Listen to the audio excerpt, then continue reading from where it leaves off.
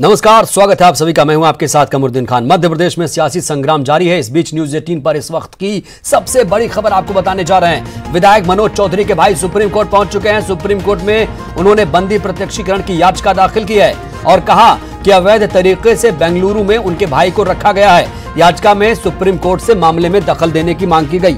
आपको बता दें, इससे पहले भी 16 विधायकों के बेंगलुरु में बंधक बनाने को लेकर कांग्रेस भी सुप्रीम कोर्ट पहुंची है।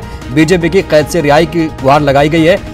हालांकि सीएम ने राज्यपाल को भी खत लिखा है, रिहाई की मांग की है। गृह मंत्री को भी खत लिख चुके हैं सीएम। कांग्रेस ने सुप्रीम कोर्ट से 16 विधायकों की अनुपस्थिति में यानी मौजूदगी में कहा है शक्ति परीक्षण हो। इस बीच अब विधायक मनोज चौधरी के भाई भी सुप्रीम कोर्ट पहुंचे हैं। सुप्रीम कोर्ट में उन्होंने बंदी प्रत्यक्षीकरण की याचिका का सहारा लिया और कहा कि अवैध तरीके से उनके भाई को बेंगलुरु में बंधक बनाकर रखा गया है। याचिका में सुप्रीम कोर्ट से मामले में दखल देने की मांग की गई।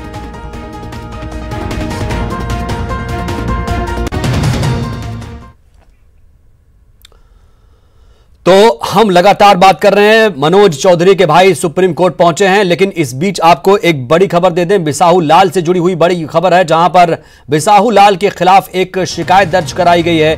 बिसाहू लाल सिंह के खिलाफ ईओडब्ल्यू में शिकायत दर्ज कराई गई है। बीपीएल कार्ड बनाकर गरीबों का राशन हड़पने का आरोप लगा इन पर। तो भोपाल से इस वक्त की बड़ी खबर, मुश्किल में फंस सकते हैं बिसाहू लाल सिंह। आपको बता दें, बिसाहू लाल सिंह इस वक्त बेंगलुरु में हैं और कांग्रेस के विधायक थे। कांग्रेस के टिकट पर जीत के आए थे, वरिष्ठ नेता माने जाते हैं। अब उन्होंने बीजेपी ज्वाइन कर ली है। ऐसे में अब उनके खिलाफ एक शिकायत दर्ज कराई गई है। कुछ दिन पहले वो बीजेपी में शामिल हुए हैं। सिंधिया बीजेपी में है, लिहाजा उन्होंने भी बीजेपी का दामन थामा हुआ है। और इस वक्त की बड़ी खबर, बिसाहू लाल सिंह के खिलाफ आर्थिक अपराध शाखा में एक शिकायत दर्ज कराई गई है। बीपीएल कार्ड बनाकर गरीबों का राशन लेने का आरोप लगाया गया है।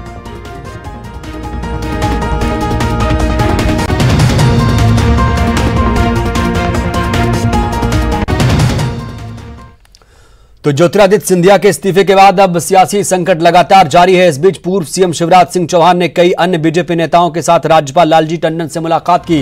राजभवन में इस मुलाकात के दौरान चौहान के साथ नेता प्रतिपक्ष गोपाल भार्गव, भूपेंद्र सिंह और बीडी शर्मा मौजूद थे। इस दौरान बीजेपी नेताओं ने राज्यपाल को एक ज्ञापन सौंपा। इस ज्ञापन में कमलनाथ सरकार के द्वारा की जा रही राजनीतिक नियुक्तियों पर रोक लगाने की मांग की गई। बीजेपी ने कहा कि वर्तमान सरकार अल्पमत में है और राजनीतिक नियुक्तियां लगातार की जा रही हैं। ज्ञापन में यह भी कहा गया कि अल्पमत की सरकार गलत तरीकों से ये नियुक्तियां कर रही है। बीजेपी नेताओं ने अनुच्छेद 163 और 166 के तहत राज्यपाल से नियुक्तियों पर रोक लगाने की मांग की। बीजेपी ने पिछले 3 दिनों में कमलनाथ सरकार द्वारा लिए गए फैसलों पर रोक लगाने की मांग की। इसमें 2 प्रमुख बड़े फैसले आपको बताते हैं। दरअसल आपको बता दें, शोभा ओझा के बाद अब राज्य पिछड़ा वर्ग आयोग के अध्यक्ष की नियुक्ति की गई। जेपी धनोपिया 3 साल के लिए अध्यक्ष होंगे। जो परेड विधायकों की हुई है उसने भी सिद्ध कर दिया है कि कमलनाथ सरकार के पास बहुमत नहीं है। बड़ी बात करते थे बागी विधायक बंधक हैं, आज पूरे देश ने देखा। उनकी प्रेस कॉन्फ्रेंस हुई और सबने अपनी बात रखी कि कोई बंधक नहीं है, परेशान है, ये मानते हैं। स्थिति पूरी तरह से साफ है। कल माननीय सर्वोच्च न्यायालय ने, भाई साहब ये हाथ तो हटा लो, मेरे को एक चीज नहीं दिख रहा, इस मामले पर सुनवाई का फैसला किया है। लेकिन ये बेशर्म सरकार रोज नियुक्तियां किए जा रही है, संवैधानिक नियुक्तियां। तो नियुक्तियों पर अब लगातार सियासत चल रही है। बीजेपी के बाद अब कांग्रेस भी सुप्रीम कोर्ट पहुंच चुकी है और जारी है अब सियासी संकट। इसी बीच प्रदेश कांग्रेस ने सुप्रीम कोर्ट में याचिका दाखिल की है। इसमें उसने बीजेपी पर कांग्रेस के 16 विधायकों को बंधक बनाए जाने का आरोप लगाया। पार्टी ने कहा कि उन विधायकों की मौजूदगी में ही विधानसभा में फ्लोर टेस्ट कराया जा सकता है।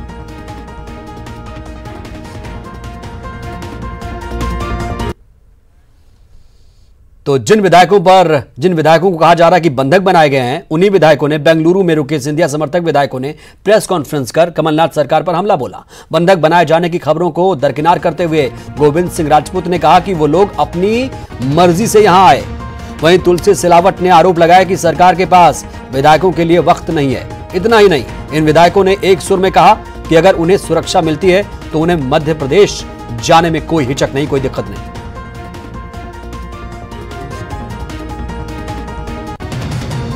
कहना चाहूंगा कि बहुत बार हम लोगों ने मीडिया में सुना कि हम लोग बंधक बनाए गए, तो आप सारे लोग देख सकते हैं कि हम लोग बंधक नहीं, स्वेच्छा से आए हुए। सरकार बनने के बाद सिंधिया जी को मुख्यमंत्री नहीं बनाया गया, कमलनाथ जी मुख्यमंत्री बन गए। हम लोगों को लगा कि सब ठीक ठाक रहेगा, लेकिन मुख्यमंत्री बनने के बाद जो कमलनाथ जी का व्यवहार हम लोगों ने देखा, मैं मंत्री रहते हुए कह सकता हूं कि कभी भी 15 मिनट भी उन्होंने हमको शांतिपूर्वक नहीं सुना। आखिर हम क्षेत्र की समस्याओं के बारे में किससे बात करेंगे? पर मुख्यमंत्री के द्वारा मेरे विधानसभा क्षेत्र में एक भी पैसे का काम नहीं दिया गया। उस समय वचन पत्र को लेकर देश के पूर्व केंद्रीय मंत्री ज्योतिरादित्य सिंधिया जी ने किसानों की बात उठाई, युवाओं की बात उठाई, दलित की बात उठाई, महिलाओं की बात उठाई। तो हमारे सम्मानीय मुख्यमंत्री कमलनाथ जी ने कहा, जब उन्होंने कहा सड़क पर उतरेंगे, तो उन्होंने बोला सड़क पे उतर जाओ। ये बात, और सुनो मैडम, हमारे जितने विधायक हैं 22 पूरे मध्य प्रदेश के विधायकों से, मंत्रियों से पूछो, हमसे ज्यादा मंत्री और विधायक से ज्यादा शक्तिशाली अधिकारियों की चलती है, अधिकारियों की ज्यादा चलती है, समय का अभाव है। और ये जितने भी लोग आए स्वयं अपनी स्वतः खुद की इच्छा से आए हैं। सरकार के पास समय नहीं है, समय का अभाव है, इसलिए हम लोग यहाँ पर। अगर मैडम पूछ रही है कि अगर बिल से मिलने की कोशिश करें हमारे मुख्यमंत्री को, यहाँ तो मिलने की कहा, अगर हम कैबिनेट में भी बैठते तो 1 मिनट में कहते चलो चलो चलो चलो, तो उन्हें तो टाइम ही नहीं, मध्य प्रदेश के विधायक और मंत्रियों से मिलने का, उन्हें दलालों से मिलने का टाइम है, उन्हें जो भ्रष्टाचारी है उनसे मिलने का टाइम है। मेरे जैसे विधायक को जब हम किसी काम के लिए जाते हैं, उनके पास समय नहीं है, चलो चलो कर देते हैं कि चलो बाद में बात करेंगे, चलो चलो चलो चलो। तो जब हमारी बात सुनाई नहीं हो रहा है, और खासकर मैं आदिवासी लीडर, मैं आदिवासियों का देता हूँ। कमलनाथ जी ने कहा कि जो आदिवासी जंगल विभाग के जमीन पे काबिज है उनको पट्टा देंगे। एक भी आदिवासियों को पट्टा नहीं मिला। इन्होंने कहा अगर आदिवासी भाई अपने लड़की का शादी करेंगे तो 51,000 रुपया देंगे। मैं 3-4 प्रोग्राम में गया, शादी कराया 500 लोगों का, आज तक उनको 51,000 रुपया नहीं मिला। आपकी जो ग्रीवेंसेस है वो कमलनाथ के साथ है, तो कमलनाथ को अगर हटा दिया जाए तो क्या आप कांग्रेस पार्टी में वापस? हम इसमें विचार करेंगे। हम अब स्वतंत्र हो गए हैं और हम तो भारतीय जनता पार्टी भी ज्वाइन कर दी है। मैं खासकर, बाकी लोगों को नहीं जानता, मैं तो भारतीय जनता पार्टी में ज्वाइन। सिंधिया समर्थक विधायकों के आरोपों पर भोपाल में कांग्रेस ने जवाब दिया, पलटवार किया। दरअसल जनसंपर्क मंत्री पीसी शर्मा ने एक पत्रकार वार्ता में सिंधिया समर्थक विधायकों की पुरानी वीडियो और बयान दिखाकर दावा किया कि ये नेता बीजेपी के दबाव में हैं, और आज सुबह बेंगलुरु में उन्होंने जो कहा वो बीजेपी के दबाव में ही कहा गया, उसी का नतीजा है। बीजेपी पर गुंडागर्दी का आरोप लगाते हुए पीसी शर्मा ने मांग की कि इन विधायकों को तुरंत छुड़ाया जाए। दबाव में नहीं थे तब क्या कहते थे, और आज दबाव में हैं वहाँ पर, तो क्या कह रहे हैं। और दूसरा, प्रेस कॉन्फ्रेंस करना है अगर, तो प्रेस कॉन्फ्रेंस उनको भोपाल में करना चाहिए, अपने क्षेत्रों में करना चाहिए। वो कोई बेंगलोर या कर्नाटक प्रदेश के विधायक नहीं है, जनप्रतिनिधि नहीं है, वो मध्य प्रदेश के जनप्रतिनिधि वहाँ के विधायक। अगर कोई बात करना है तो बिना डरे ये मंत्री यहाँ पर आए, भोपाल में प्रेस कॉन्फ्रेंस करें, तब हम जानेंगे कि ये दबाव में नहीं है। दबाव में रह के क्या बातें कर रहे हैं वो हमने आज देखा, लेकिन दबाव में जब नहीं थे तब क्या बातें की हैं, ये 1 मिनट, ये आपको बताएंगे किस तरह से 3,000 करोड़ के कार्य यहाँ से दिल्ली और बेंगलोर जाने के पहले गोविंद सिंह राजपूत जी ने जो कहा कि 3,000 करोड़ के सागर जिले के अंदर भूमि पूजन करके आए थे मुख्यमंत्री जी के साथ, वो तब क्या कहा था। उसके अलावा भाई तुलसी सिलावट जो स्वास्थ्य मंत्री थे, पूरा का पूरा जिम्मा शुद्ध के खिलाफ युद्ध, संजीवनी, ये सब चीजें की। और कितनी तो पीसी शर्मा लगातार कह रहे हैं कि डरने की जरूरत नहीं, आइए स्वागत किया जाएगा, भोपाल आइए, बेंगलुरु में मत रहिए। वक्त एक छोटे से ब्रेक का।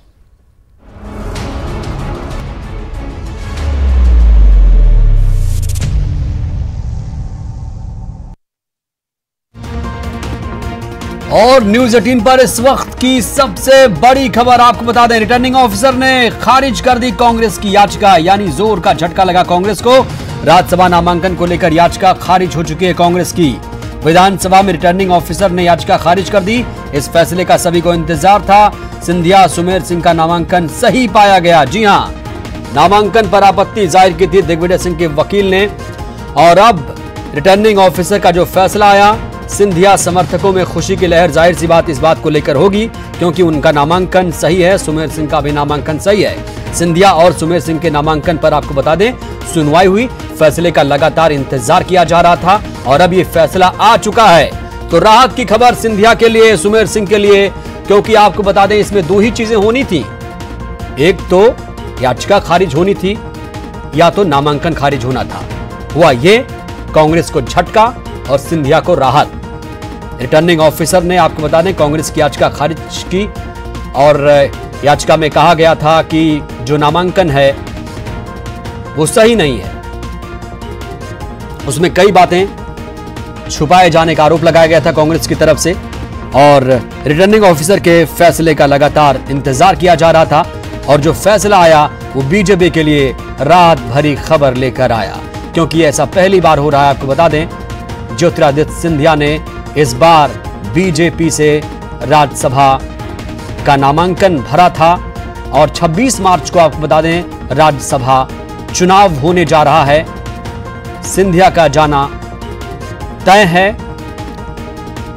इसीलिए उन्होंने इस बार आपको बता दें बीजेपी का दामन थामा है।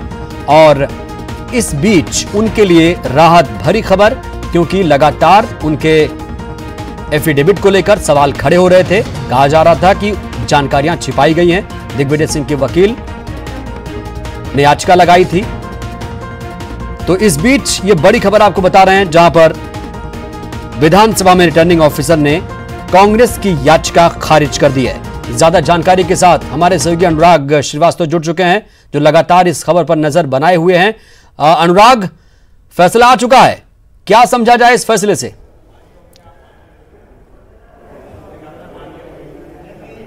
बिल्कुल, देखिए फैसला आ चुका है और सबसे बड़ी बात है कि अब दिग्विजय सिंह और फूल सिंह बरैया के साथ ही ज्योतिरादित्य सिंधिया और सुमेर सिंह सोलंकी का नामांकन भी स्वीकार कर लिया गया है। यानी कि जो आपत्ति दिग्विजय सिंह की तरफ से लगाई गई थी, उस आपत्ति पर आज चली सुनवाई के बाद जो फैसला आया है उसमें कांग्रेस की आपत्ति को खारिज कर दिया गया है। और अब दोनों प्रत्याशी जो बीजेपी के प्रत्याशी हैं, ज्योतिरादित्य सिंधिया और सुमेर सिंह सोलंकी, इन दोनों के नामांकन को स्वीकार कर लिया गया। यानी कि अब राज्यसभा के लिए जो नाम रह गए हैं उनमें 5 प्रत्याशियों के नाम निकलकर सामने आ रहे हैं। दिग्विजय सिंह कांग्रेस के उम्मीदवार हैं, इसके अलावा फूल सिंह बरैया ये भी कांग्रेस के उम्मीदवार हैं। इसके अलावा बीजेपी की तरफ से ज्योतिरादित्य सिंधिया और सुमेर सिंह सोलंकी है। इसके अलावा एक अन्य प्रत्याशी के तौर पर रंजना बघेल का नाम भी शामिल है। इन सभी के नामांकन को अब स्वीकार कर लिया गया है। और यहां यदि मैं आपको तय कार्यक्रम के हिसाब से बताऊं तो राज्यसभा के चुनाव का जो कार्यक्रम तय किया गया उसमें 16 मार्च का समय था जब नामांकन पत्रों की जांच की जानी थी। और इस जांच के बाद जो है दिग्विजय सिंह की तरफ से, जो कि राज्यसभा में कांग्रेस के उम्मीदवार हैं, उनकी तरफ से आपत्ति निकल कर आई थी, जिस पर सुनवाई आज 17 मार्च को दोपहर में की गई थी। ये काफी लंबी सुनवाई चली थी, जिसमें बीजेपी और कांग्रेस के वकील शामिल हुए थे। और अब जो है अब 18 मार्च को नाम वापस लेने का आखिरी तारीख है, यानी 18 मार्च तक जो उम्मीदवार हैं वो अपना नाम वापस ले सकेंगे। 3 बजे का समय निर्धारित है। उसके बाद अब चुनाव कराए जाएंगे 26 मार्च को, यानी कि जो विधानसभा की कार्रवाई है वो 26 मार्च तक के लिए स्थगित है। और जो राज्यसभा का तय कार्यक्रम है, यानी कि 26 मार्च को चुनाव होना तय है यदि विधानसभा रहती है तो।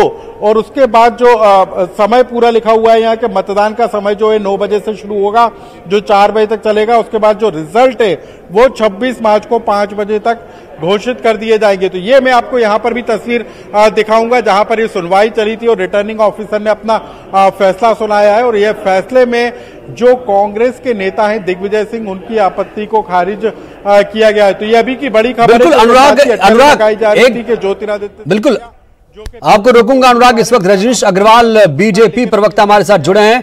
रजनीश जी, एक आपत्ति दर्ज कराई गई थी रिटर्निंग ऑफिसर के सामने और कहा गया था कि हालांकि जो दिग्विजय सिंह के वकील हैं उन्होंने आपत्ति जाहिर की थी कि नामांकन सही नहीं है। अब फैसला आ चुका है और एक बड़ी राहत आप लोगों को। पहले दिन से ही तय था, नियम अनुसार नामांकन फॉर्म भरे गए थे, लेकिन जो सगल रहा है सिंधिया जी को परेशान करने का, भारतीय जनता के खिलाफ में बदलापुर की राजनीति करने का, तो यहाँ भी मौका क्यों छोड़ें। और श्रीमान दिग्विजय सिंह जी और कांग्रेस पार्टी क्यों मौका छोड़ेगी। हमारे भारतीय जनता पार्टी के नेता हो गए हैं अब तो सिंधिया जी, तो और उनको तो बुरा लगता होगा। इसलिए परेशान करने की भावना से और एक अच्छे खिलाड़ी के भावना से होता तो समझ में आता कि जब कोई उसमें बेंच नहीं है तो कोई दिक्कत नहीं है, वो भी भली भांति जानते हैं।